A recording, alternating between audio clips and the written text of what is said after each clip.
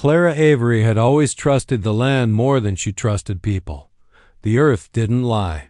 The sky didn't make promises it wouldn't keep.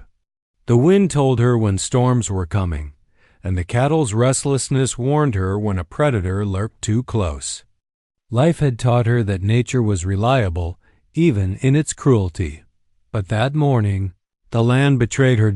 She was taking the narrow canyon trail home from town, a shortcut she'd used since childhood.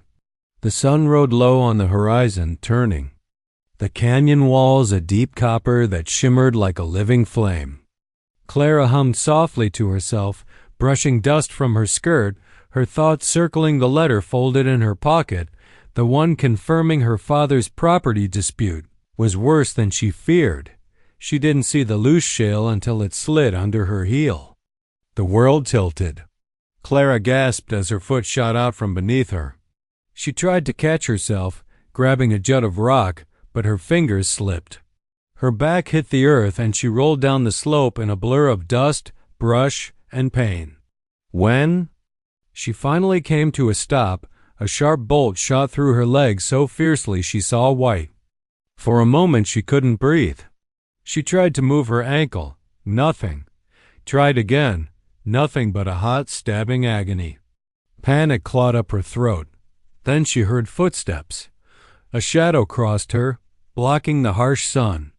She blinked the dust from her eyes and found herself staring up at a man she recognized even before she fully saw him. Talon, the quiet Apache scout who lived beyond town. A man she had only glimpsed at a distance, riding alone, always alert, always apart from everyone else. He was the type of man people whispered about but didn't approach. Too self-contained. Too unreadable. Too dangerous, some said. But Clara did not feel fear when she saw him. She felt something else, something that steadied her breathing without her meaning it to. Talon crouched beside her, his movements precise like each motion mattered. His hair, tied back, glinted black-blue in the sun.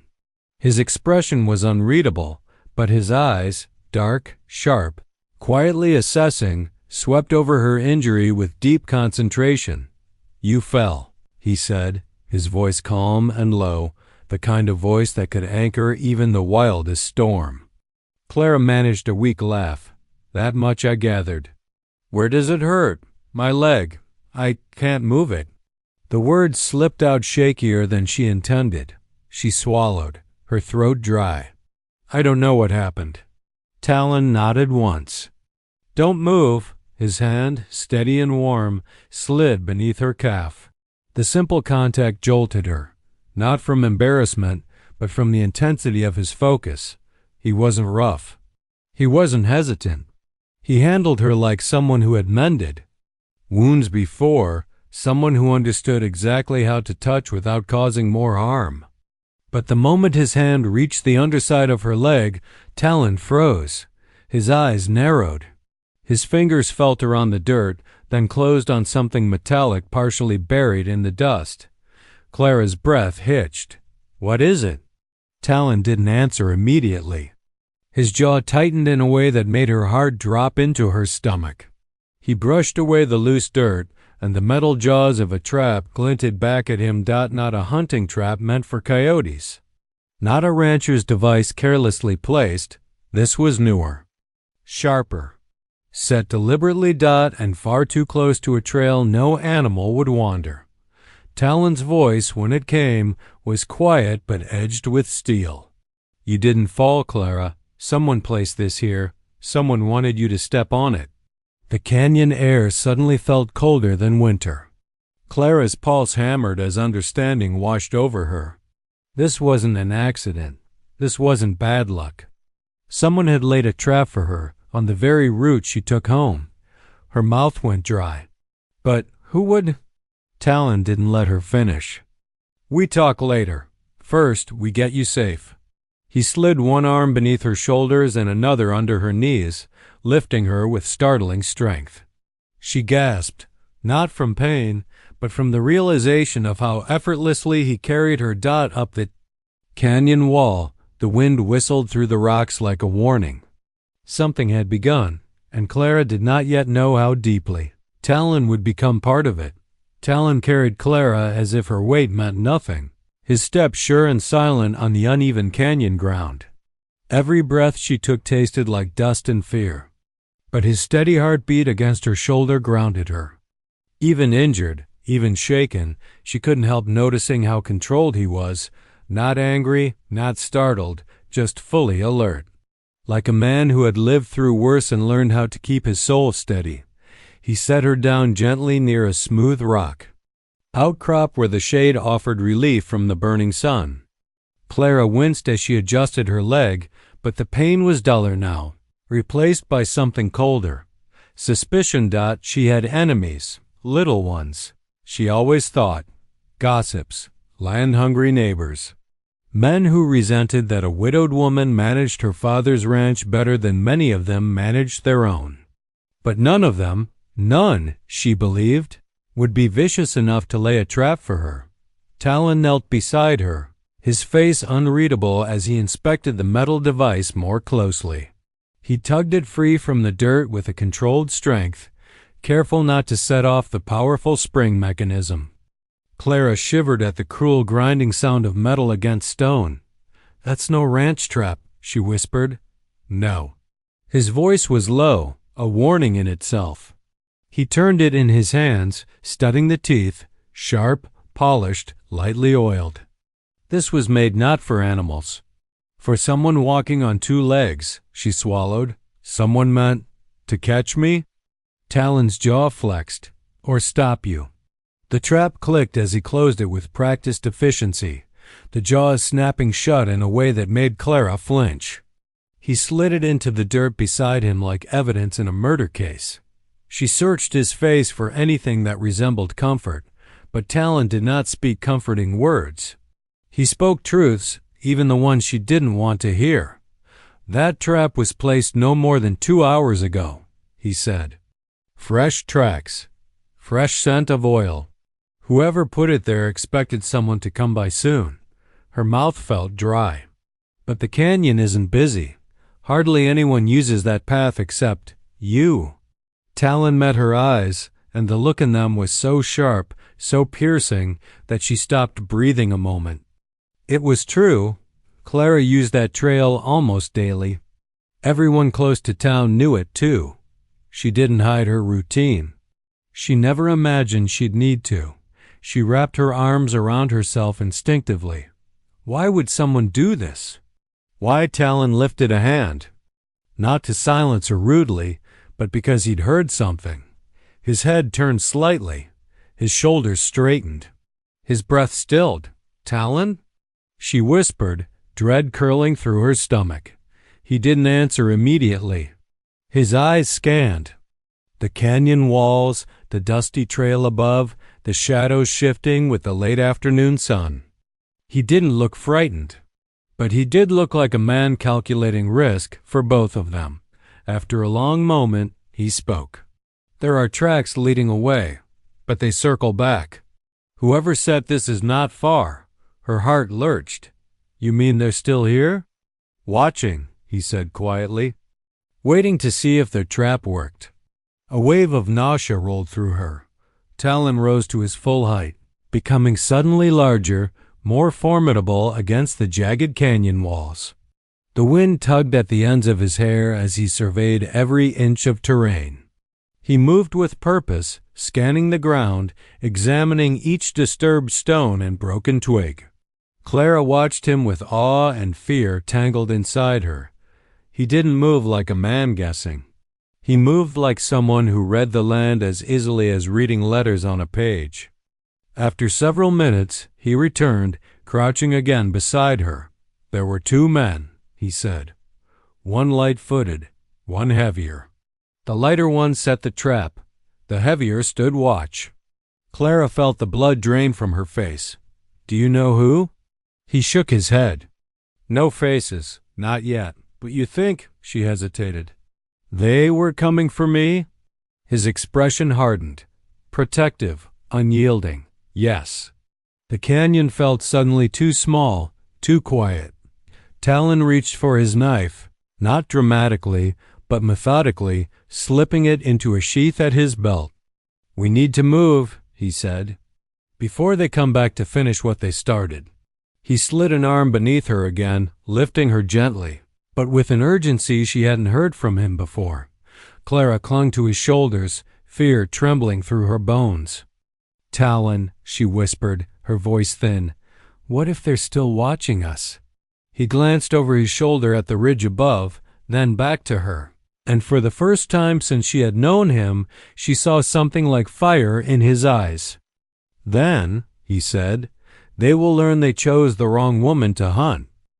Talon carried Clara up the slope with swift, deliberate steps. Every movement was careful, balanced, but urgent. The canyon air felt heavy, as if even the stones knew they were being watched. Clara wrapped her arms around his neck, not out of fear of falling, but out of instinct. His steady breath, warm against her temple, was the only thing keeping her from unraveling entirely. "Talon," she whispered, her voice trembling, "if there are two men, if they're up there, shouldn't we go the other way?" He shook his head, his eyes scanning the ridge above. "Down the canyon is a dead end. They'd corner us. We go up." He shifted her weight slightly, settling her closer to him. "Hold on." She did. The path narrowed, forcing him to climb at an angle. His muscles tensed beneath her as he navigated loose stones and steep inclines, but he never faltered, not once. Clara wondered how many years he had spent on terrain like this, how many dangers he had survived that she'd never even heard of. A sharp crack echoed across the canyon. Talon froze. Clara's breath stopped in her chest. "What?" Another crack. This one unmistakable gunfire. Talon moved before she could finish the question. He twisted, dropped into a crouch, and shielded her with his body. The bullet struck the rock behind them, sending shards showering around them like sparks. Clara gasped, burying her face against his shoulder. His hand covered the back of her head protectively as he whispered, "Stay still." Another shot rang out. "This one closer. They're above us?" Clara breathed, "Yes." His voice remained calm, but she heard something new threaded through it. Controlled fury. He rose quickly and ran, keeping close to the shadow of the canyon wall. Clara felt every jarring step through him, but she didn't cry out. She clung to him like he was the only solid thing left in a world trying to break apart. When they reached a cluster of boulders, Talon slid behind them, lowering her gently onto a patch of dirt cushioned by dry brush. "Stay down," he murmured. "What about you?" She whispered. He didn't answer immediately. He peeked out from behind the boulder, tracking the angle of the gunfire, measuring the distance, studying the canyon walls with the skill she'd never seen in another man. "The shooter is moving," he murmured. "Left side. He's trying to get a better angle." Clara felt her heart pounding so hard she thought it might break through her ribs. "Talon, we can't outrun a rifle. We don't have to." He reached into a hidden pocket inside his vest and pulled out a small mirror, scratched, old but polished enough to catch the sun. Clara watched as he angled it between the rocks, his expression tense but focused. "What are you doing?" she asked, seeing without being seen. He tilted the mirror slightly. Clara saw the reflection, a lone figure on the ridge, crouched behind a cluster of mesquite bushes, rifle raised. The second man was nowhere in sight, which made her stomach twist tighter. Talon muttered under his breath, "He's waiting for us to move. But why fire at us now?" Clara whispered, "They could have waited until the trap. He saw me." Talon's voice dropped, hardening. He wasn't expecting that. Another shot ricocheted off the boulder inches from Talon's arm. Clara flinched. Talon turned to her, his expression steady, grounding her in an instant. "Clara, listen to me. I'm going to move us." "Move us where?" "Up there." He nodded toward an impossibly steep path carved by nature and time. a narrow trail. They can't shoot what they can't see. But I can't climb, she whispered. I know. His voice softened. I carry you. Before fear could anchor her, he gathered her back into his arms. The next moments blurred, Talon sprinting between boulders, bullets kicking up dust around them, Clara burying her face into his shirt, feeling his heart racing but his grip unshakably firm. When they reached the narrow trail, Talon pressed his back to the rock wall and edged upward, one careful step at a time, keeping Clara shielded with his own body. The shooter fired again, but the angle was gone. The bullet sailed harmlessly over their heads. Clara let out a shaking breath she hadn't realized she'd been holding. Only when they rounded the bend and were fully out of sight did Talon slow. He didn't set her down. He held her a moment longer than necessary, his breath warm near her ear. You're safe, he murmured. And for the first time since the fall, Clara believed it. By the time Talon reached his cabin, the sun had dipped low behind the canyon walls, painting the sky in streaks of fire and violet. The air was cooler now, a sharp contrast to the oppressive heat of the afternoon, and Clara's exhaustion weighed on her like a lead cloak. Every muscle ached from the fall, the trap, and the frantic climb up the canyon. Yet, despite it all, she had not once doubted that Talon would keep her alive. The cabin itself was small but sturdy. Made of rough-hewn logs and stone, it seemed to grow naturally out of the slope, as if the land itself had offered him sanctuary. Smoke rose lazily from the chimney, carrying the scent of burning wood and dried herbs. Clara's first instinct was to marvel at how hidden it was, how safe it felt, even in the heart of danger. Talon carefully lowered her to a wooden chair near the hearth. He didn't let go immediately, keeping his hands near her shoulders until he could see her breathing had steadied. Clara felt a warmth radiate from him, not from the fire, but from the sheer steadiness of his presence. You'll need to rest, he said softly. Your leg? It's more than a bruise. We'll need to tend it properly. Clara tried to nod, but the weight of the day made her tremble. Her pride bristled at the thought of being helpless. Yet every instinct told her that trusting Talon was her only choice. He moved around the cabin with quiet efficiency, gathering water from a small clay jug, unrolling a clean cloth and heating it over the fire. Clara watched him, captivated despite her fear and pain. Every motion he made was deliberate, precise, and careful, not just with her injury, but with her, as if she were fragile glass that could shatter at a single wrong touch. When he returned and gently unwrapped the cloth from the water, he knelt beside her, examining her leg with an expert eye. It's swollen, he murmured. We'll need to keep it elevated. You can't put weight on it for a while. Clara shifted slightly, embarrassed by her vulnerability. I've never needed anyone like this before, she admitted, her voice quieter than intended. Talon's hand paused. He met her gaze, dark eyes steady, unflinching.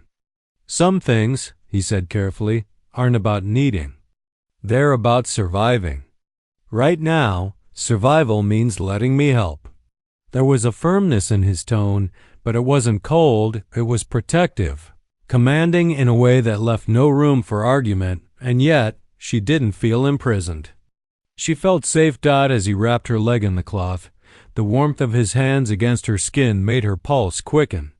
There was no intent in it beyond healing, and yet the intimacy of the gesture stirred something deep within her, a quiet recognition that she had been longing for the kind of care that went beyond mere words. Clara's eyes wandered to the cabin itself.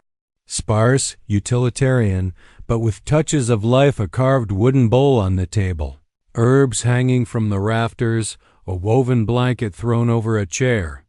Talon's life was disciplined, structured, and yet there was a softness here too.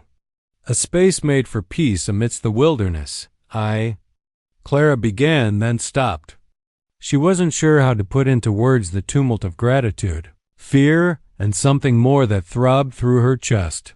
Talon looked up at her, sensing the pause, the hesitation. He didn't press, didn't prod. He simply waited, letting her come to her own admission. There was patience in him, a quiet strength that made her feel as though she could breathe again after being submerged and panicked out. The fire crackled between them, a steady, comforting presence. And the canyon outside seemed distant, almost unreal. For a few stolen moments, the danger and the day's terror receded, leaving only the two of them, a space held in silence and the slow, steady warmth that had grown between them. When he finally rose, he straightened and brushed his hands together, careful not to disturb her. "Rest now," he said. "Tomorrow we plan our next move. But tonight, you are safe." Clara nodded, letting the comfort of his presence wash over her. She leaned back, her leg elevated, and for the first time in hours allowed herself to relax. Somewhere deep in the quiet cabin, a part of her realized she had already begun to trust him, not just to keep her alive, but to stay, to protect, perhaps even to care. And that trust, fragile as it was, felt like the first fragile seed of something more, something neither of them fully understood yet, but something that had begun to grow. The night settled over the canyon like a velvet shroud, quiet except for the soft hiss of the fire in Talon's cabin. Clara sat on the woven blanket near the hearth, her leg carefully elevated on a folded cloth, the throbbing pain now dull and manageable. Yet her mind raced with questions she couldn't ignore. Who had set the trap? Why? And most importantly, had they gone far, or were they still watching, waiting for the next move?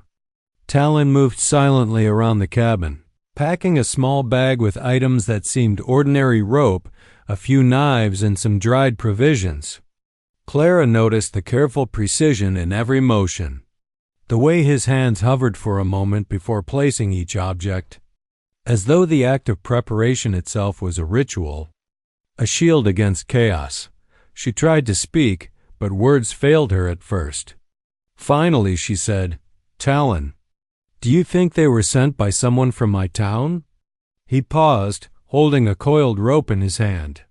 His expression darkened, jaw tight, eyes sharp. "Possibly," he said slowly.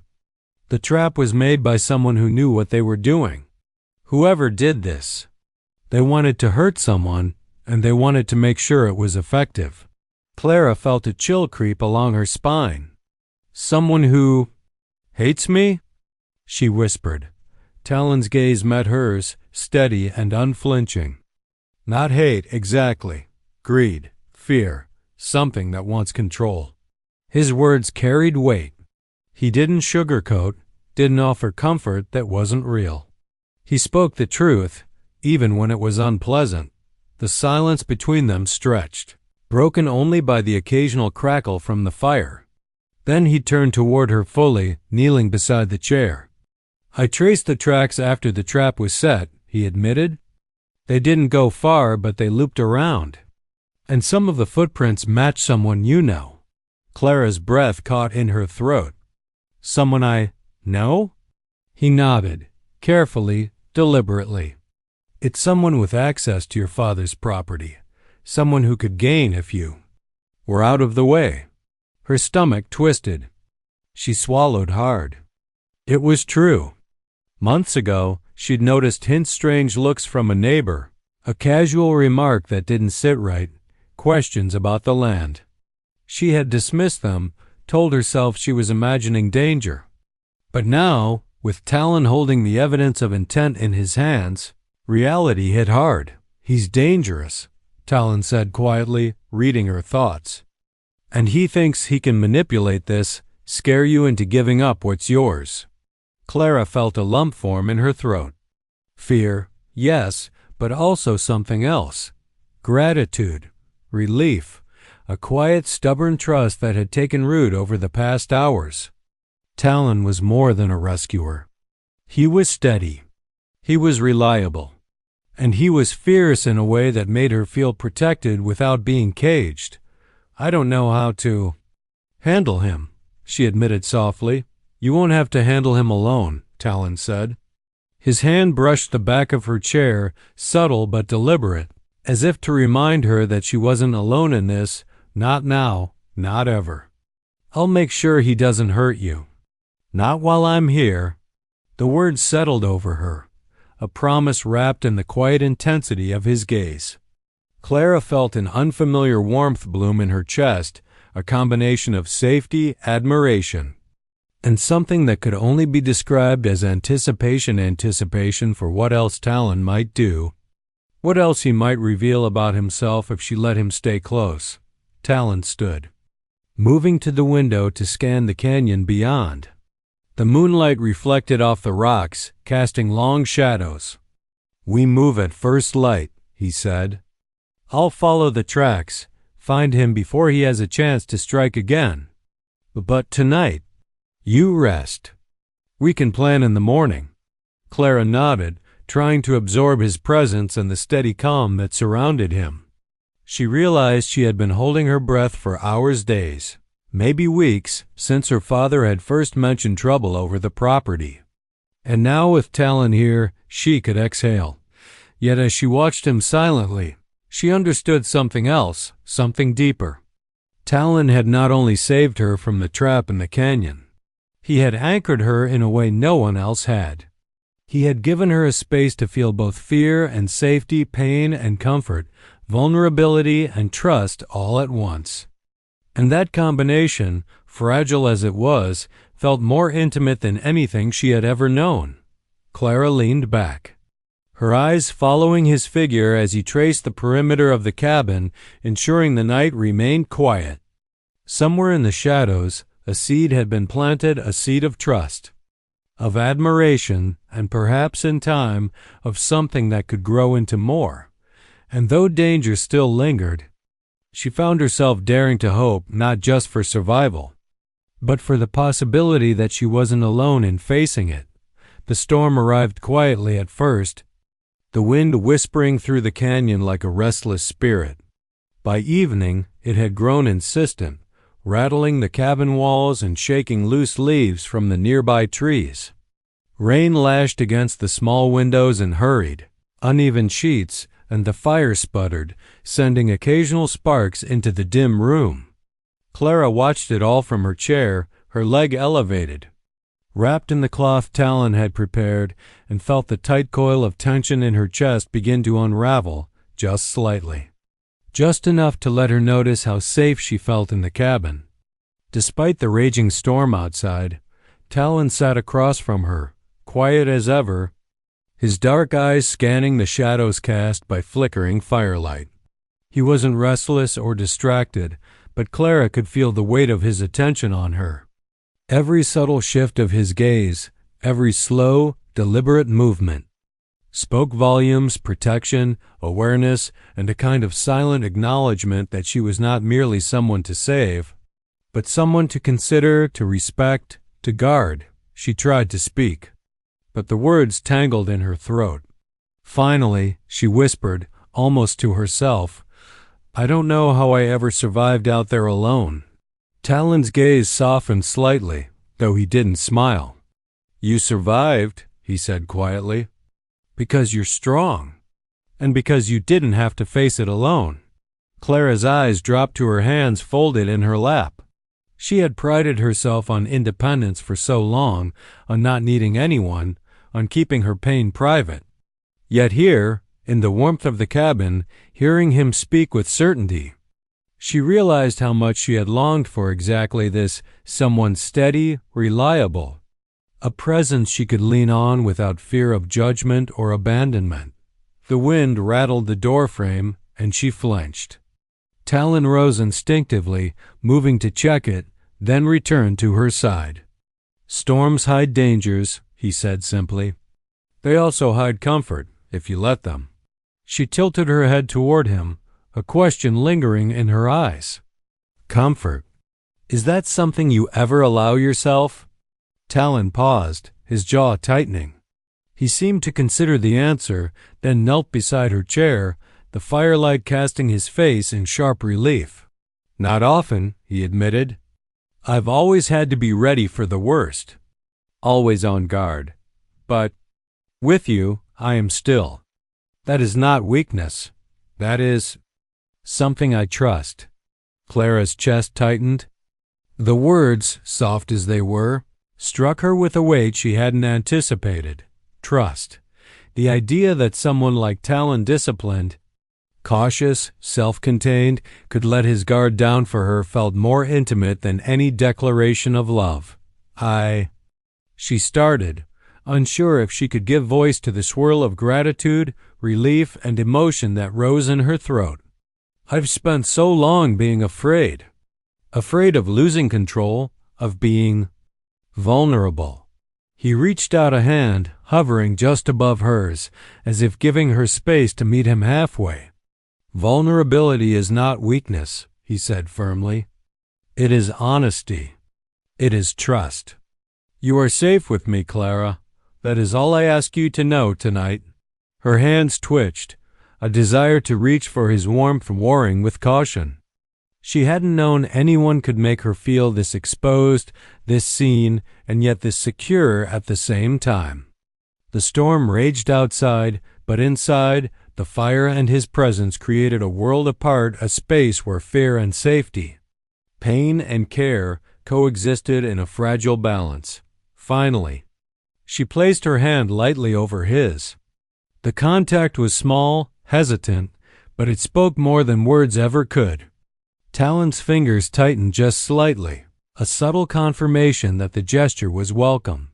The minutes stretched, the storm outside unrelenting, yet inside. A quiet understanding grew between them. Words were unnecessary now. Presence spoke louder than speech, warmth stronger than promises. Clara realized with a small, almost dizzying surge of hope that she was no longer entirely alone, not in facing danger, and perhaps not in facing her own heart. Talon's voice, low and calm, broke the silence. Rest now. Tomorrow we face what must be done. Tonight, just be. Clara nodded, letting her eyelids fall as the storm hammered against the cabin, the firelight flickering across the room. For the first time in weeks, perhaps months, she allowed herself to surrender to a feeling she had long denied: trust, care, and the faint, thrilling possibility that someone could see her completely and still remain. And as the wind howled and the rain pounded outside, she let herself believe that maybe, just maybe, she could face tomorrow with him by her side.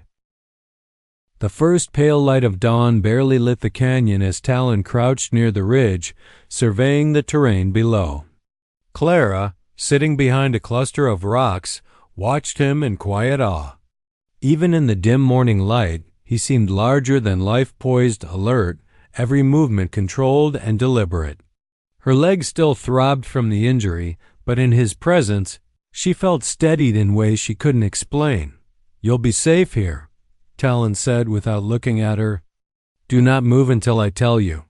Clara nodded, though her heart raced with a mixture of fear and anticipation.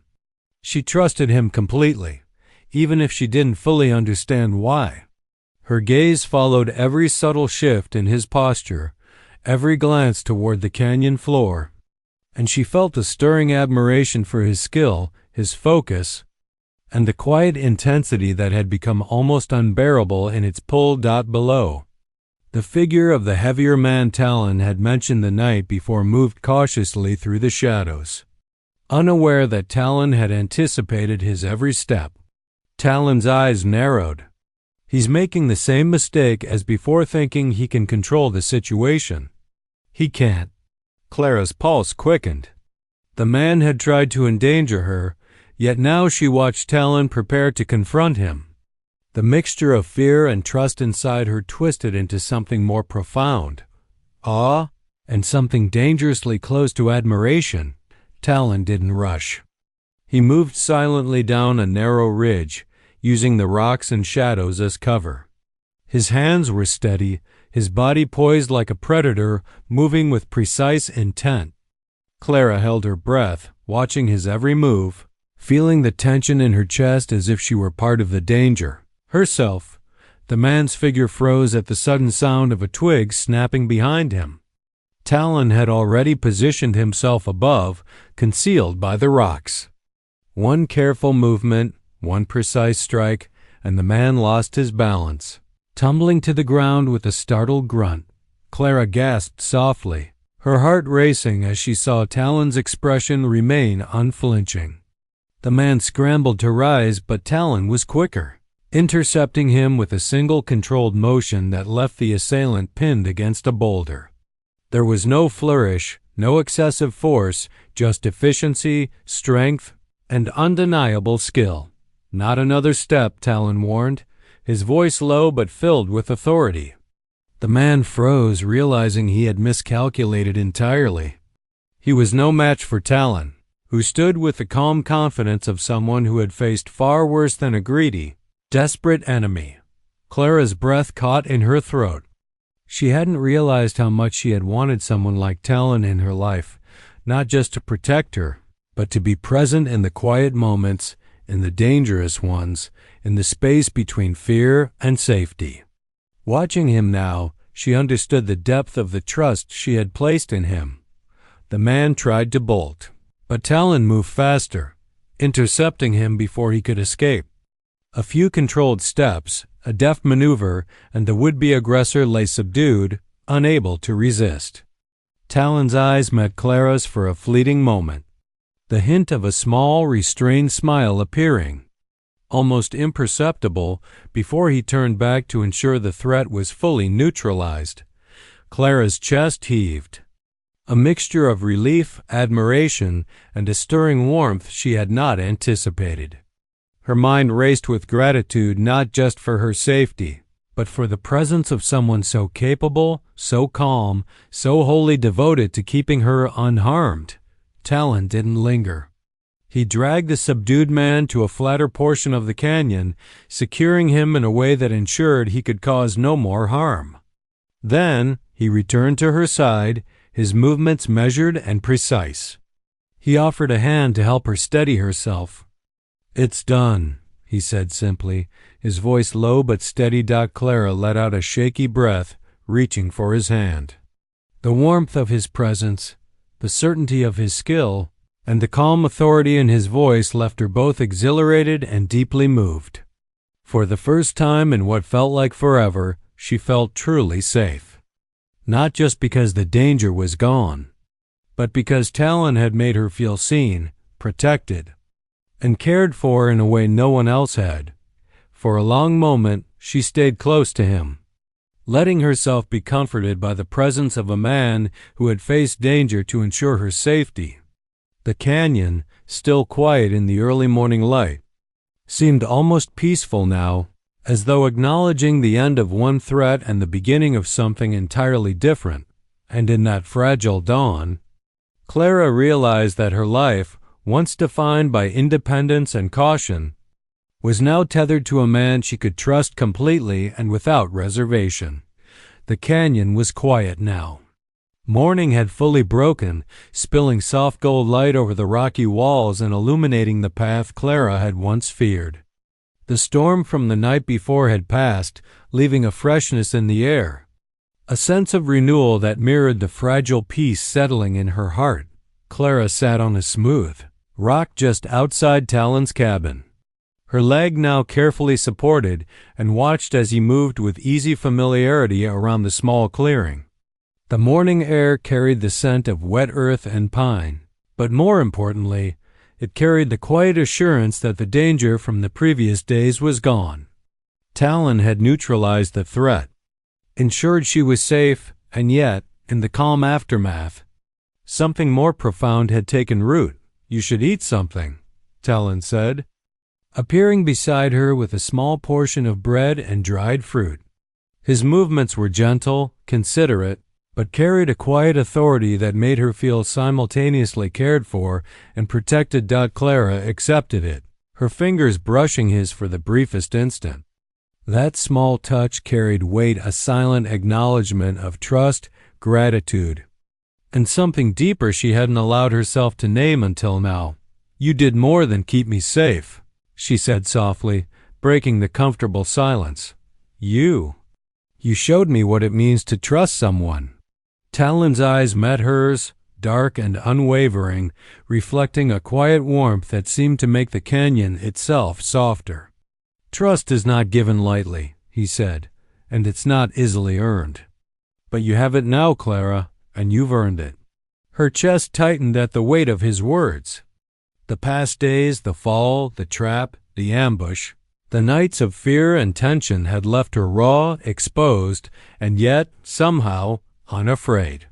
She realized now that fear had been replaced by something else, the steady certainty of a presence that would not waver, a strength she could lean on without losing herself.